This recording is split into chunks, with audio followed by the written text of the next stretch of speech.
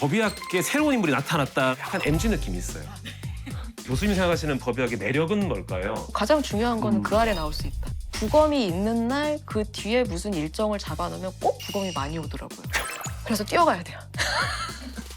수련원에서 사망한 채 발견이 되신 거예요. 그래서 이건 이상하다 하고 이제 열어봤더니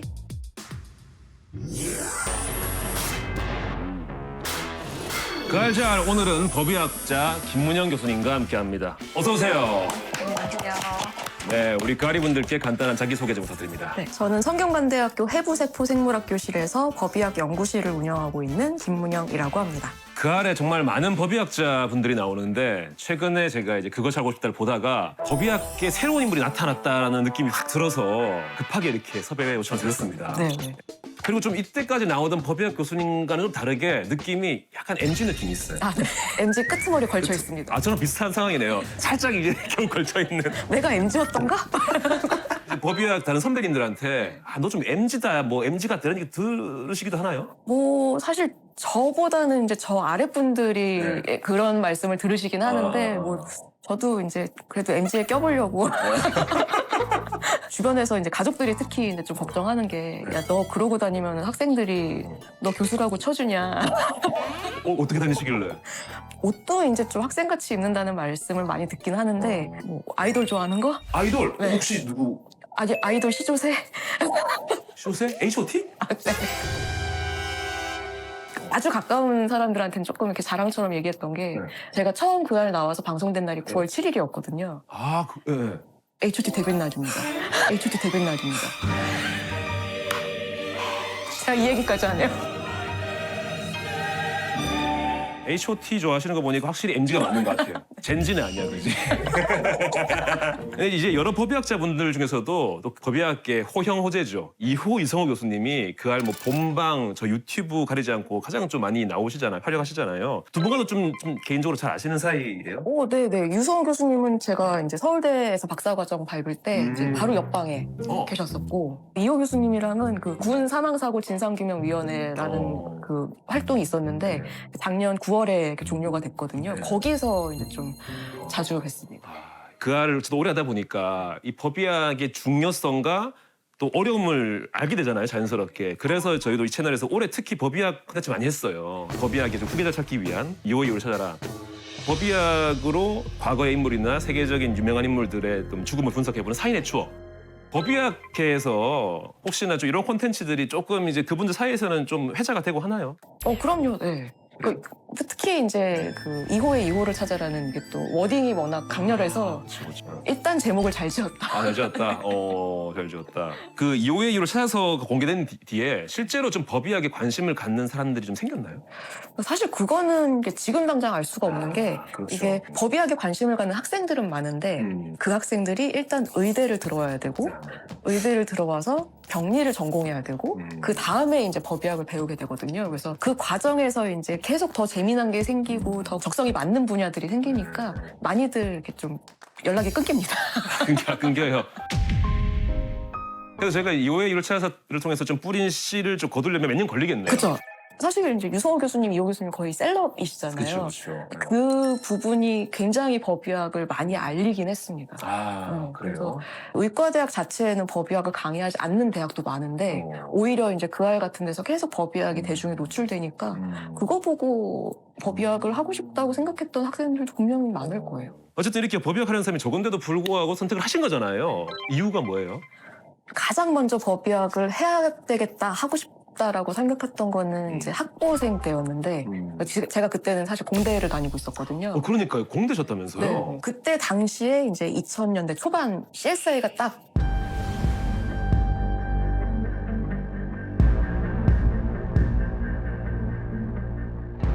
그때 이제 CSI가 워낙 이렇게 유명해지니까 친구들도 야, 우리 학교 강의에서도 법의학 강의를 들을 수 있어? 라고 이제 막 같이 들어보자라는 친구들이 몇 명 있었거든요. 그래서 그렇게 따라가 보니까 법대에서 항상 법의학 강의를 하고 있었던 거예요. 누가요? 그때 당시에 이정빈 교수님, 이정빈 교수님이. 이은성 교수님 같이 하셨습니다.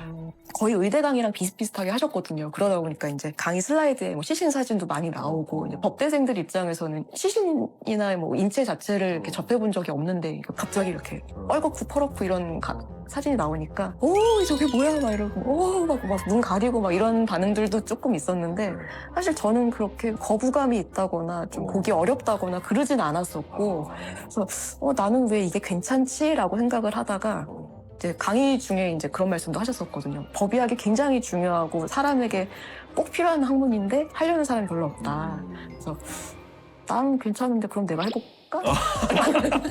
시신도 난 괜찮은데? 내가 해야 되나? 적성에 맞나 이런 거예요?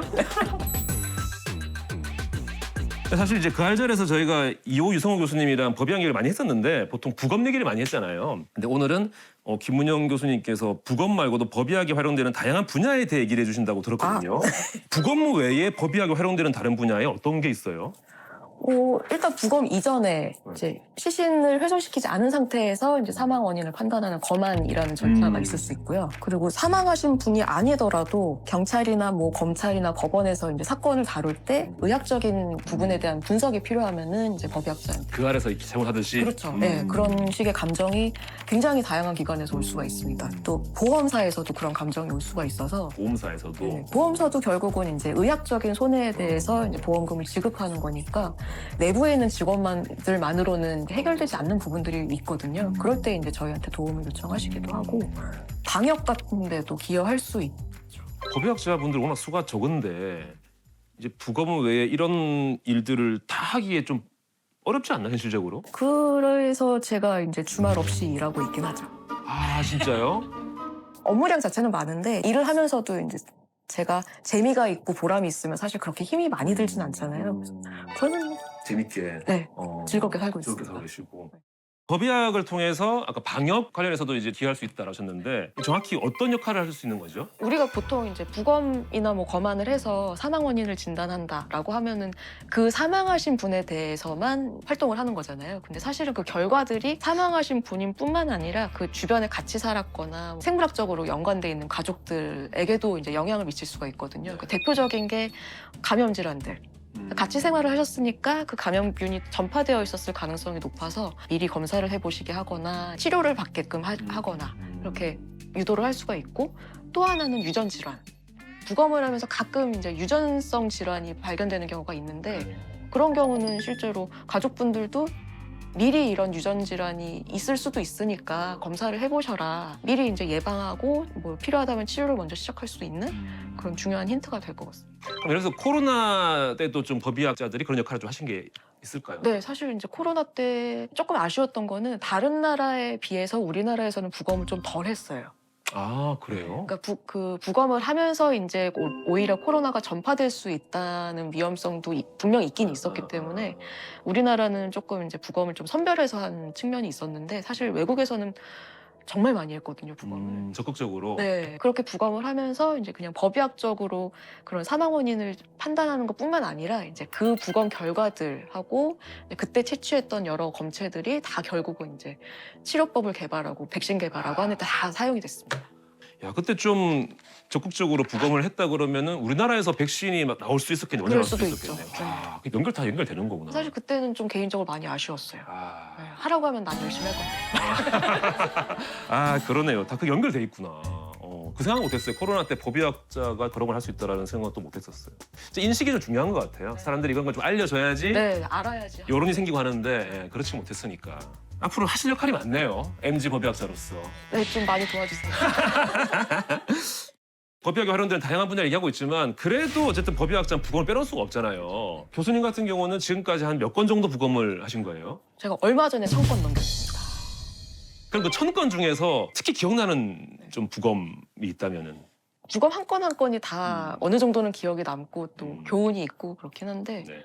제가 이런 질문을 받을 때 제일 먼저 생각나는 거 하나는 여관에서 이제 장기 투숙을 하시는 남자분과 여자분이 계셨는데 남자분이 한 일주일 정도를 걷지를 못하고 누워 계시다가 돌아가셨다.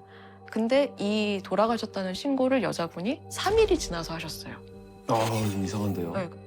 신고를 받은 경찰들 입장에서는 뭔가 이상한 거예요. 그러니까 신고도 너무 늦게 했고 여자분이 이제 진술하는 그 태도도 조금 어눌하시고 아, 이게 뭔가 숨겨서 그런 거 아닌가, 뭔가 이상하다. 사망 원인은 일단은 확실히 해놔야겠다 하고 이제 부검을 의뢰를 하셨거든요. 그때 제가 기억하기로 오른쪽 허벅지 뼈가 골절이 되어 있었고 넉다리 뼈가 골절돼가지고 이제 움직이질 못하셨던 것 같고, 근데 그 골절된 부위가 그냥 일반적인 골절이 아니었어요, 사실은.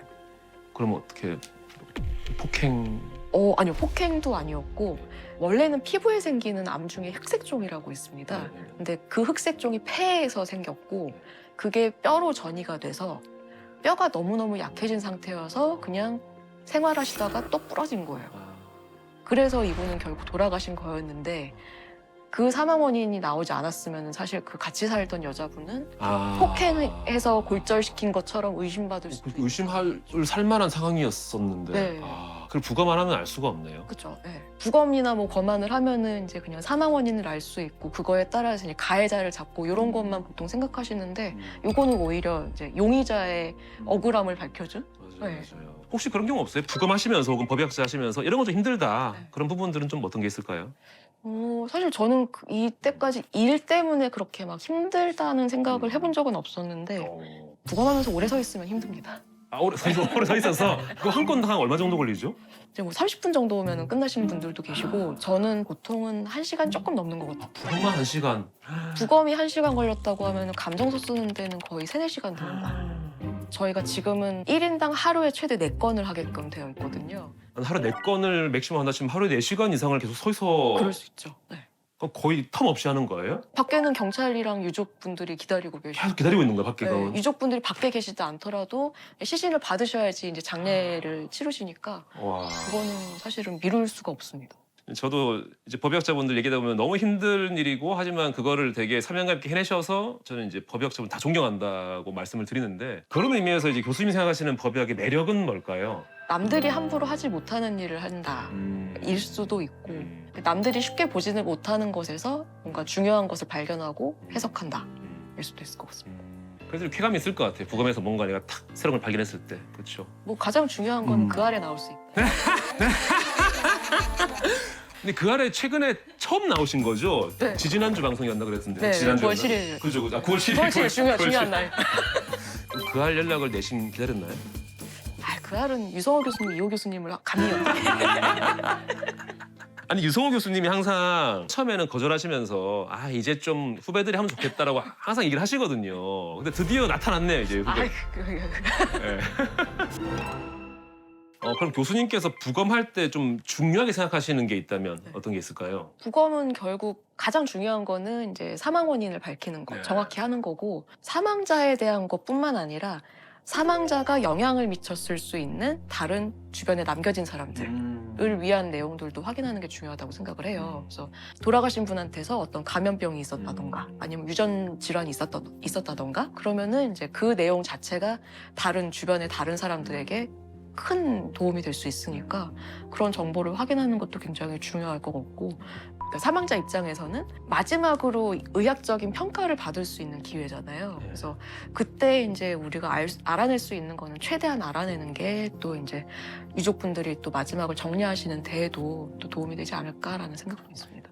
부검에 대해서 여전히 좀 뭐 선입견도 있는 것 같고 두려움도 있는 것 같고 한데 그런 부분에서 좀 해주실 말씀이 있을까요? 사실 부검이 이제 뭐 2번 죽이는 거다, 뭐 아니면 뭐 부검하면 너무 이렇게 죄송하다, 뭐 아프실 것 같다까지도 생각하시는 분들이 계신데 돌아가신 분 입장에서 정말로 생각을 해보면 본인의 죽음이 잘 정리되지 않은 상태에서 가시는 게 과연 그분한테 좋은 일일까 그거를 생각해보면 정리해드릴 수 있는 부분은 최대한 정리를 해서 보내드리는 게 오히려 모두에게 좀 더 나은 일이 아닐까 생각합니다. 그 알이 Q&A 이제 시작하겠습니다. 첫 번째 질문입니다. 미니 어니언 소스님, 응급의학과는 환자가 많이 타고 올 것 같다 그래서 환타를 안 먹는다 이런 얘기를 하던데 법의학과도 혹시 업계 전형으로 미신 같은 게 있을까요? 공통적으로 믿는 그런 건 없는데 그냥 저는 개인적으로 부검이 있는 날 그 뒤에 무슨 일정을 잡아놓으면 꼭 부검이 많이 오더라고요. 부검하는 날은 일정 잡지 마라. 뭐 오늘도 한 2건 정도 오겠지. 그리고 한 1시에 잡아놓으면 꼭 한 3건, 4건 와가지고 이제 12시 반에 끝내가지고 막 뛰어가. 부검 그 건수가 전날 알 수 있는 거예요? 네. 전날 저녁 한 6시에서 8시 정도까지 이제 확정이 되면은 그건 다음날 100% 하는 걸로. 그랬다가 다음날 아침에 갑자기 추가되는 경우도 있어요? 네, 추가될 수도 있죠. 새벽 사이에 또 뭐 아. 꼭 해야 되는 부검건이 생기거나 하면은 네, 그 영장을 발급하시는 판사분들도 당직을 쓰시거든요. 그래서 새벽에 영장이 나올 때도 있고. 그럼 내일 나의 스케줄을 내가 100% 확신할 수가 없네요. 네. 그래서 최대한 그냥 비워놓는 게 사실은 안전하고요. 법의학자분들은 죽음을 많이 다루니까 꿈에서 귀신 자주 본다거나 혹시 뭐 좀 그런 것들은 있을지. 사실 저는 그런 에피소드가 생기면은 꼭 그거 들고 심야괴담에 찾아가고 싶은데 아직까지는 없었습니다. 들으신 것도 없고. 네, 뭐 들은 거는 조금 있긴 한데 네. 저희가 부검할 때 제일 많이 오는 시신이 이제 5, 60대 남자분이시거든요. 아주 어린 아기가 오거나 아니면 젊은 여성이 오거나 그럴 때는 정말 드문 날이거든요. 근데 국가수 직원분 중에 한 분이 부검을 하고 이제 퇴근을 해서 이제 그 아파트를 지나가는데 주민 중에 이제 알고 지내던 분 한 분이 오늘 혹시 아기 부검하셨어요? 라고 물어보셨는데 진짜 했다는 거예요. 오. 또 어떤 날은 퇴근했는데 오늘은 젊은 여자분 부검하셨어요? 라고 물어봤대요. 이웃분이? 네. 오. 근데 진짜로 그날 그걸 했대요. 그래서 되게 돌아가셔가지고 이제 가족분들한테 야, 그 몇 호 그분이 자꾸 이런 거 물어보시는데 뭐지? 그랬더니 몰랐어? 그분 어머니 무당이야. 어머니가 왜 내 주변엔 그런 분이 없냐. 아니 있으면 뭐 할 건데요? 물어보려고요. 제 뒤에 누구 있어요? 와 저는 뭐 귀신을 믿고 안 믿고를 떠나서 저 그분이 진짜 뭘 봤다면은 네. 그날 이 부검한 그 당사자가 나를 따라왔다는 거잖아요. 어머 귀신 믿으세요? 저 있을 수도 있다고 생각을 하고 제 뒤에도 한 100명 있을 수도 있어요. 아 그래요? 뭐 농담처럼 이제 제 뒤에 100명 있을 수도 있다고 했지만 사실은 그렇게 실제로 따라다닌다고 해도 그분들은 제가 굉장히 잘해드리려고 노력하신 분들이기 때문에 네, 제 마음을 알아주실 거다. 해코지하실 분들은 알 날 거다. 지켜주지 오히려. 네, 그렇게 생각합니다. 그렇구나. 또 다른 시선이네. 귀신의 바람은 다른 시선. 다음 김민정님 질문입니다. 법의학이 결정적인 증거가 된 사건 중 기억에 남는 사건이 있을까요? 제가 겪은 사건 중에서는 이제 젊은 여자분인데 수련원 같은데 이렇게 막 늦어가지고 뛰어가는 모습이 CCTV에 찍혔는데 30분에서 1시간 뒤에 수련원에서 사망한 채 발견이 되신 거예요. 부검이 딱 들어왔고 시신을 이제 뒤쪽을 보려고 뒤집었는데 다 새빨간 거예요. 근데 보통은 이제 시신의 뒤가 새빨갛게 보이는 거는 이제 그 사망하고 나서 이제 혈액이 가라앉아서 시반 현상 때문에 보통 그렇게 보이는데 그분은 색깔이 좀 다른 거예요. 이상해요. 어떻게요? 시반은 사실은 눌리는 곳은 이렇게 하얗게 보이거든요. 네. 그런 게 없이 다 빨간 거예요. 그래서 이건 이상하다 하고 이제 열어봤더니 다 출혈이었어요. 그게. 이거는 분명히 외력이 가해져서 맞아서 이렇게 출혈이 광범위하게 생겼고 급성심부전이 와서 이제 결국은 몸에 독소가 쌓여서 사망하게 되는데 그분도 이제 그런 식으로 진단을 했었어요. 네네네. 일단은 경찰한테 이 사람은 분명히 어디선가 맞았다라고 얘기를 했더니 이제 주변을 이제 다 조사를 하는데 처음에는 그 수련원의 사람들이 가족들이 좀 신체적 학대를 하는 것 같다라고 진술을 했대요. 근데 나중에 보니까 이 수련원에 있던 원장부터 뭐 다른 이제 강사들 다 조직적으로 휴대폰을 그날 싹 갖다 버렸어요. 그리고 그 수련원 내부에 있던 CCTV를 없앴어요. 이상하다. 나중에 더 캐보니까 이제 이 수련원에서 이 여자분을 가스라이팅을 해서 온갖 일을 다 시키면서 제대로 안 해오거나 늦거나 하면은 계속 때리고 이분은 이미 전신에 멍이 든 상태였고 그럼에도 불구하고 또 이 시킨 일을 하려고 막 뛰어가다가 결국은 못 견디고 돌아가시고 아유. 그래서 뭐 이미 재판까지 다 끝나고 이제 징역형 받으시고 뭐 그런 사건이었습니다. 보람이 있으시겠어요, 네. 그죠? 하는 일이 그죠? 아까 법의학자로서 즐겁다라는 게 뭐 재밌다도 있겠지만 이제 보람 같은 게 큰 거죠, 네, 그죠? 보람. 알겠습니다. 이제 마지막 질문 뭔지 아시죠? 마지막 질문 드리려고 하는데 현재 성균관대 수원에서 근무하고 계시잖아요. 교수님이 꼽는 그 성균관대 근처 수원 맛집. 여기는 예약 자체가 너무 어려워가지고 저도 몇 번 가보진 못했는데 성대 바로 옆에 있는 자스민이라는 집인데 아침부터 전화통에 불이 나서 예약을 하는 것 자체가 굉장히 어렵습니다. 전화로 예약을 해요? 네. 와 낭만이 있네요. 뭐 이렇게 캐시 테이블은 안 쓰고 그런 거 같아요. 전화 예약. 네. 월남쌈 집. 월남쌈. 아, 월남쌈이 메인. 네, 맛은 기본이고 양이 또 어마어마하게 많아서요.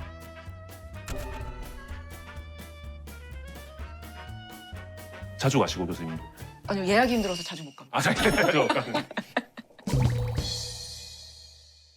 오늘 법의학자 김문현 교수님과 다양한 얘기 나눠봤는데 그 알자 첫 출연 소감 어떠신가요?